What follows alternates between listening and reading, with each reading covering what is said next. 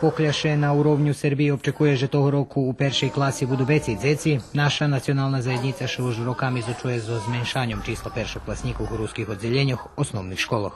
Zahľadom, že sme prešloho roku už nemali ani jedno decko upisane do ruského oddelenia першої класи u Đurđove, ja bi modljela rodičov, povolala naših rodičov, že bi decom nie brali to tu možljivost, ktorú majú, že by se školovali, obrazovali, vospitovali na materinskim ruskim jaziku, pretože vše nás je zmení i utarhujeme sami sebe. Isto tak i deci u kocure, že bi upisali rodiči to ti deci do першої класи osnovnej školy, do ruskого oddeljenja i u Keresture. U osnovnej školi ruskim Keresture planovani 2 oddeljenja, a upis bude u maju. Osnovna škola u Kocure toho roku planuje upisati školjarov do jednog oddeljenja po ruski, u kotrim budu kolo 10 školjare.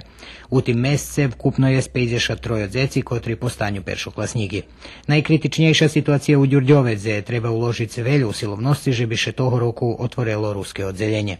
Za školski 2015-2016 rok upisuju še deci, kotri narodzeni od marca 2008 po marec 2009 roku.